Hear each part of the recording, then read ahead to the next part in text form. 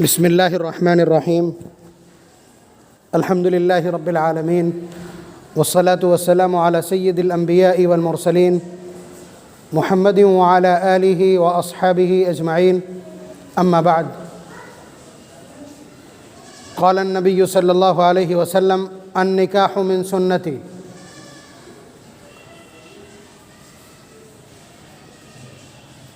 یہ ایک نکاح کی بہت سادہ سی تقریب ہے۔ اب سادہ سی میں اس لیے کہہ رہا ہوں کہ حالات یہ جملہ کہنے پر مجبور کرتے ہیں، ورنہ میں یہ کہتا کہ نکاح کی ایک حقیقی مجلس ہے۔ نکاح کیا ہے؟ آپ کے گھر میں پیدا ہوئی کوئی چیز ہے، آپ کا بنایا ہوا کوئی ضابطہ اور کوئی قانون ہے۔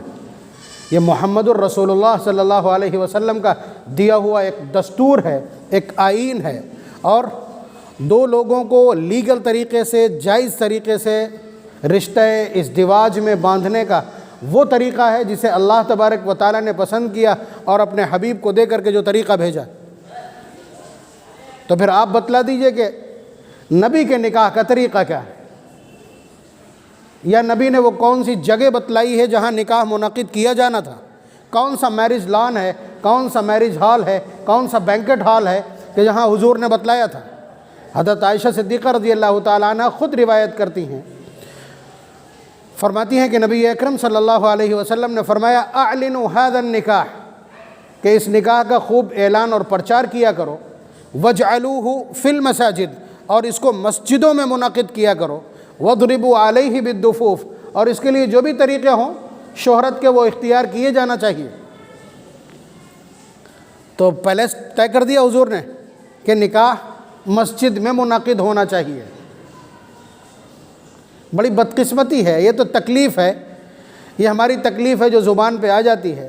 کاش سماج کا ایک بڑا حصہ اس تکلیف کا احساس کر لے تو سب کچھ ٹھیک ہو جائے گا۔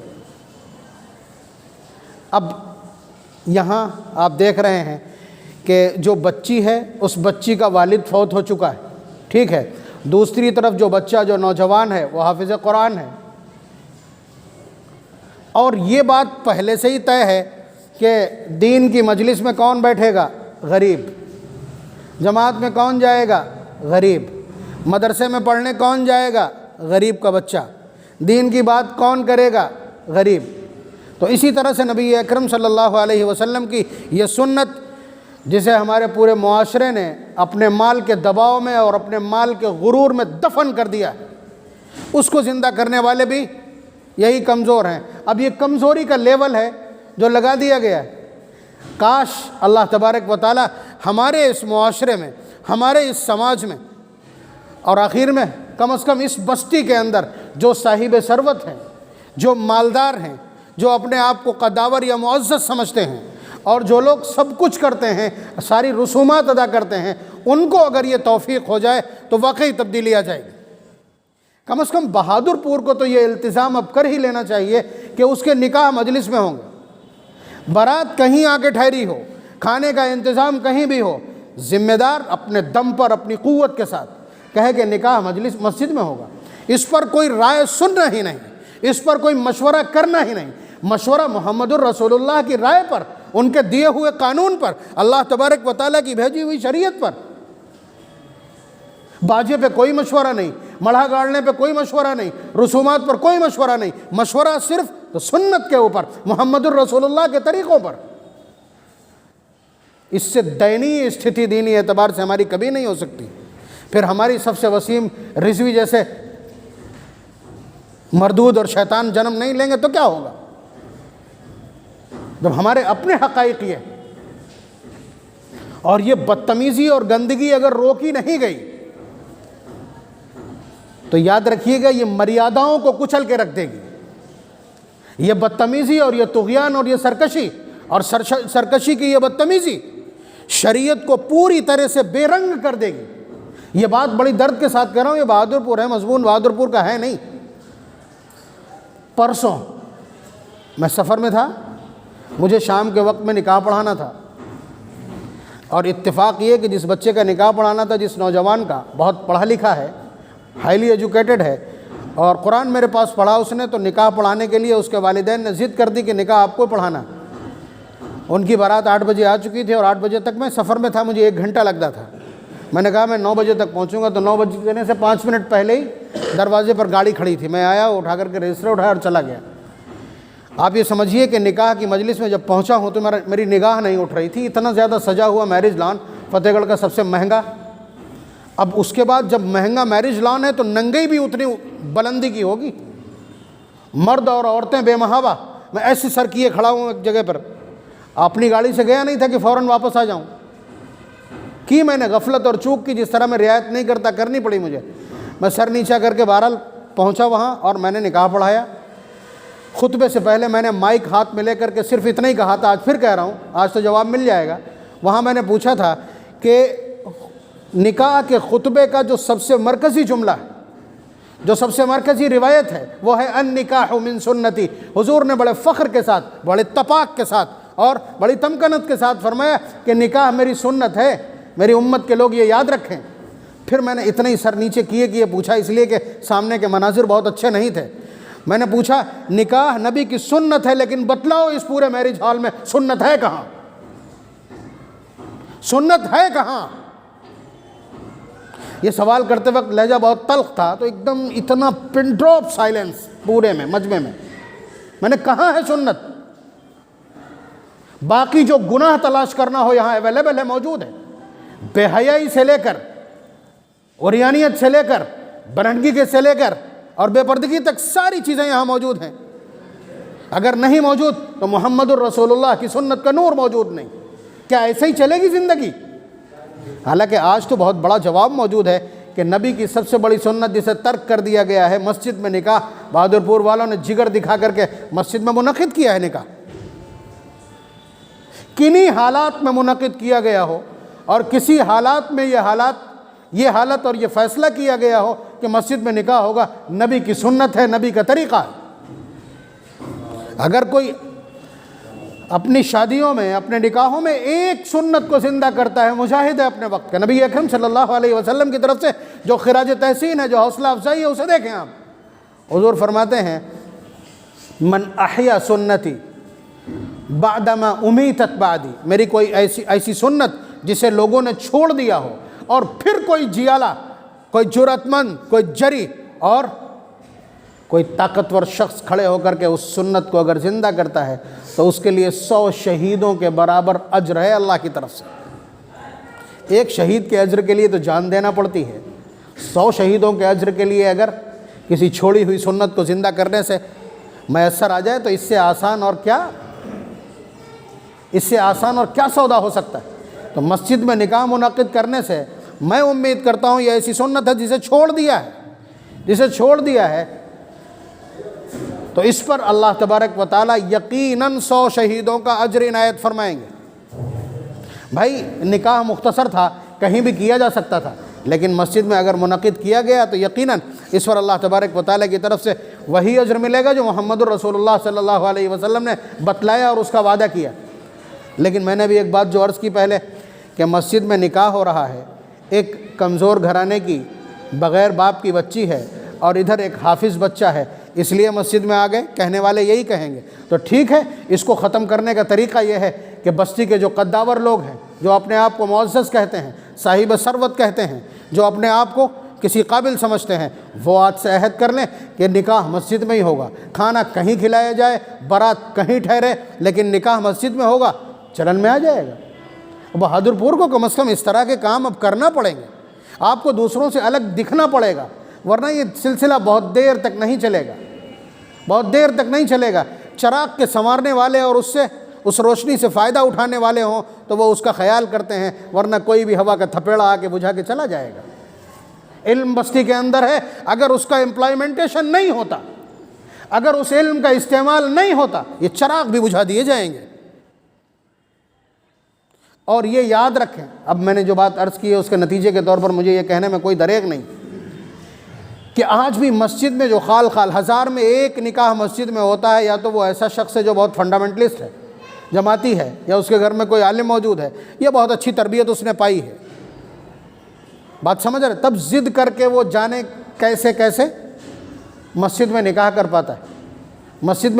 پاتا ہے، لیکن مالدار لوگ آج بھی اس کو آر اور عیب سمجھتے ہیں۔ کتنی مرتبہ ایسا ہوتا ہے کہ طے تھا کہ نکاح مسجد میں ہوگا، لیکن وہاں لڑکے کے بہنوں نے کہہ دیا یا کسی نے لڑکی کے بہنوں نے کہہ دیا کہ نہیں نکاح یہیں ہوگا، تو سارے پلان، ساری تیاری، سنتوں پر سارے سمجھوتے ہو جاتے ہیں، اور مہر جو طے تھا، باراتی جو طے تھے، اس کے عدد پہ کوئی بات نہیں کر سکتا، اس ڈیجٹ پہ کوئی بات نہیں کر سکتا۔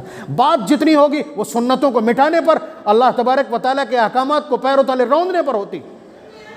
یہ کمزوری ہے نا ہماری، ہم نے اللہ تبارک و تعالیٰ کے احکامات کو اتنا ہی کمزور سمجھا ہے، تو پھر اللہ تبارک و تعالیٰ نے دکھا دیا کہ تم وہی ہو جو کبھی سمندر کی موجوں پر بادشاہت کرتے تھے، تم وہی ہو جو اشارے سے ہواؤں کا رخ موڑ دیتے تھے، تم وہی ہو جو زلزلے میں ہلتی ہوئی دھرتی پر کوڑا مارتے تھے، ٹھہر جایا کرتی تھی، اور آج تمہیں پوچھنے والا کوئی نہیں۔ جب اللہ تبارک و تعالیٰ کے احکامات کی رسوائی ہوگی تو پھر حالات اسی طرح ہوں گے۔ آپ ادھر شروع کر دیجئے، ادھر شروع ہو جائے۔ یا ایھا الذین آمنوا اطیعوا اللہ واطیعوا الرسول ولا تبطلوا اعمالکم، تمہارا کچھ نہیں مٹے گا اگر اللہ اور اس کے رسول کی اطاعت پر آ جاؤ۔ تو اب یہ کہنے میں کوئی دقت نہیں ہے کہ مالداروں نے، ناک والوں نے اس معاملے کو روشنی میں نہیں آنے دیا، اور اگر ایسا ہی ہے جیسا میں عرض کر رہا ہوں تو پھر یہ سمجھ لیں کہ وہ عذاب کے پروسیس میں۔ پارہ نمبر 15 سورہ بنی اسرائیل کی آیت دیکھیں آپ، وَإِذَا أَرَدْنَا أَن نُهْلِكَ قَرْيَةً أَمَرْنَا مُتْرَفِيهَا فَفَسَقُوا فِيهَا، کہ ہم جب کسی بستی کو تباہ و برباد کرنا چاہتے ہیں، تہس نہس کرنا چاہتے ہیں، تہو بالا کرنا چاہتے ہیں، تو اس کے مالداروں کو ڈھیل دے دیتے ہیں، چھوٹ دے دیتے ہیں۔ فَفَسَقُوا فِيهَا، پھر وہ اس میں گناہوں کو رواج دیتے ہیں۔ فَحَقَّ عَلَيْهَا الْقَوْلُ، پھر ان کے گناہ دکھائی پڑ جاتے ہیں، سب کو معلوم ہو جاتا ہے، اتمام حجت ہو جاتا ہے، ایویڈنس پٹ اپ کر دیے جاتے ہیں، شہادتیں اور گواہیاں مکمل ہو جاتی ہیں۔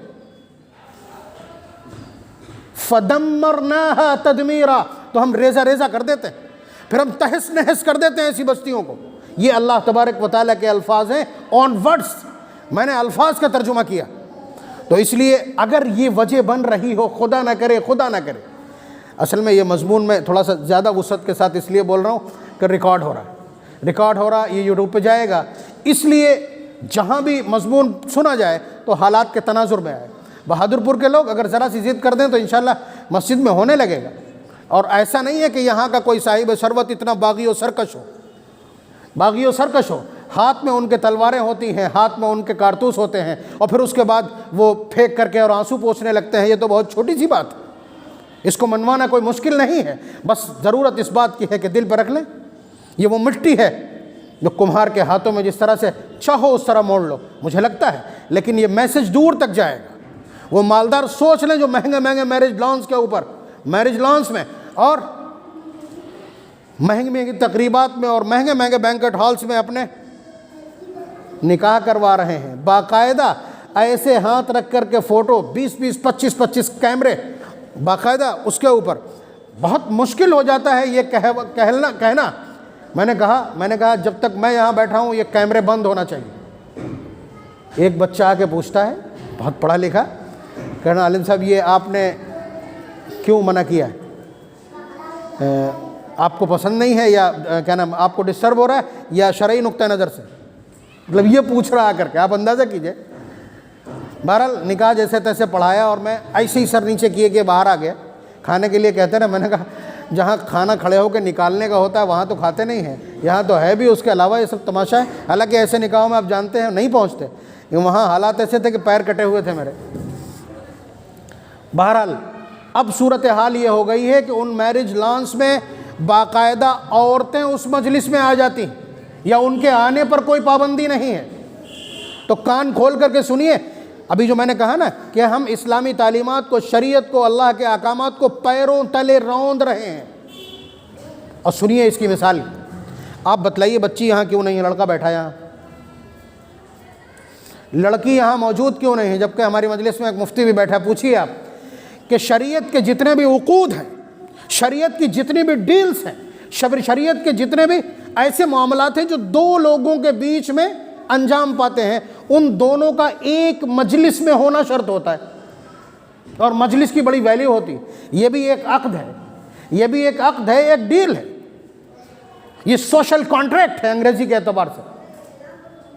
جس کے ٹرمس اور کنڈیشنز ہوتی ہیں، اسی لیے 2 گواہ موجود ہوتے ہیں اور ساتھ میں مہر بھی لکھا جاتا ہے۔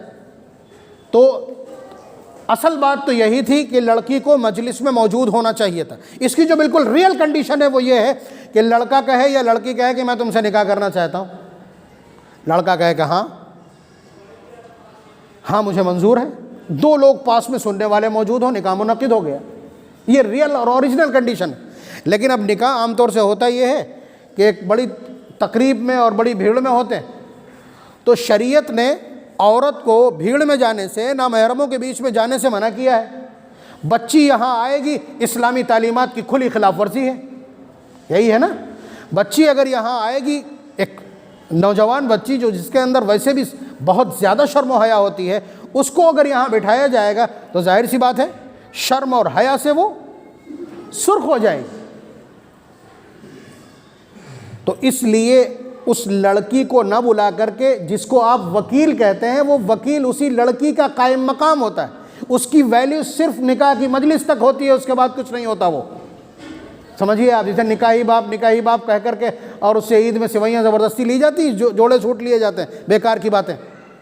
باپ ایک ہی ہوتا ہے، باپ بار بار نہیں آتے کہیں سے، آپ سمجھ رہے ہیں۔ یہ وکیل اسٹینڈ بائی ہوتا ہے، اس کا قائم مقام ہوتا ہے، اور اس کی اتنی ہی حیثیت ہے۔ لڑکی نہیں، اگر لڑکی موجود ہو تو وکیل کا کالم پھاڑ کے پھینک دیا جائے گا۔ سنیے مسائل کے تناظر میں، یعنی کٹ لگا دیں گے ہم وکیل والے کھانے پر ہم کٹ لگا دیں گے اگر لڑکی مجلس میں موجود ہو۔ تو آپ بتلائیے، شریعت کے احکامات کی بنیاد پر، شریعت کا جو عفت اور پاک دامنی، پردے اور حجاب کا سخت نظام اور سرکشا کوچ اور نیٹ ورک ہے، اس کی وجہ سے لڑکی کو مجلس میں نہیں لایا گیا۔ ہمیں ایک آدمی کی ضرورت پڑی جسے ہم وکیل کہتے ہیں، اس کو بٹھایا ہم نے۔ اب جو وہ بدقماش عورتیں، بے حیا قسم کی، وہ چھچوندر قسم کی عورتیں اگر نکاح کی مجلس میں یہاں تھرک رہی ہیں، تو پھر آپ بتلائیے کہ نکاح کی اس مجلس کی پاکیزگی رہی کتنی؟ یا ان شیطانوں کو سوچنا چاہیے جن کے یہاں یہ چیزیں الگ الگ نہیں ہوتی، یا ان بدقماشوں کو سوچنا چاہیے جو مہنگے میرج لانس لے کر کے اور پھر اس کے بعد عورتوں اور مردوں کو ایک ہی جگہ بھر دیتے ہیں۔ میں نے کہا کہ یہاں قرآن کریم کی آیات تلاوت ہوں گی، یہیں احادیث پڑھی جائیں گی، اور یہیں سامنے قرآن کریم کی خلاف ورزی ہو کہ عورتوں کی آمد و رفت ہو۔ میں نے کہا نہیں پڑھا سکوں گا، فوراً پابندی لگائیے اس کے اوپر، اس کے بعد بات کیجیے۔ بہرحال بے شرمی کے ساتھ کرنا ہے جو کچھ بھی کرنا ہے۔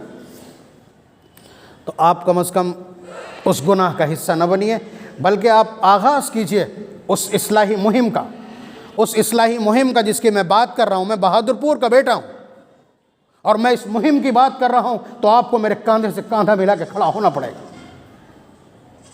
اگر آپ نہیں کھڑے ہوتے تو اس کا مطلب یہ ہے کہ آپ علم کے قدردان نہیں۔